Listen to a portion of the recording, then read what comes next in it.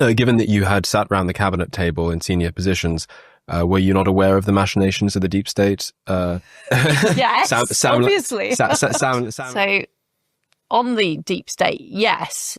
And I talk about this in my book, 10 Years to Save the West, is that I'd had constant battles with officials, unelected bureaucrats, all the way through government. By the way, sitting around the cabinet table, not much of any consequence happens in cabinet meetings. It's not a decision-making forum, as Theresa May once famously said. It's not. So They haven't always had people the don't talk about. It's not like a board meeting where you talk about what the government's actually deciding this week. It's not like that at all.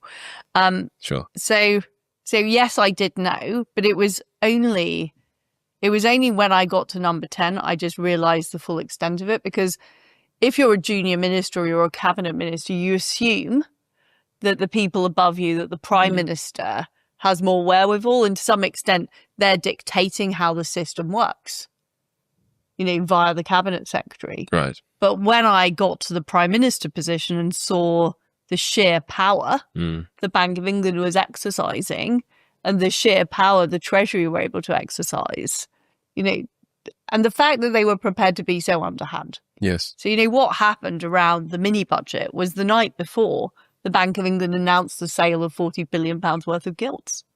This is an unelected part of the government basically queering the pitch for the elected government's already publicly stated policy. Yes. That is shocking. It is. And then afterwards, they'd failed to regulate LDIs. That's what created the market fluctuations, which they subsequently admitted. They then blamed it on me. So, it's, that level, I knew they were bad. I didn't realize they were prepared to engage in that level of sabotage. That's basically, obviously I didn't do everything perfectly and there were small things I could have done differently, but fundamentally when the central bank of the country, which has huge power, not just over monetary policy, but over the media. It's incredible the little reporting of the Bank of England's failures that appear in mainstream media. They have huge power over the banks and the financial system. If they're not on your side, you are in very, very serious trouble. And that has to change. And this is why I very much support what Trump is doing with the Federal Reserve. That's another institution that has got far too big for its boots.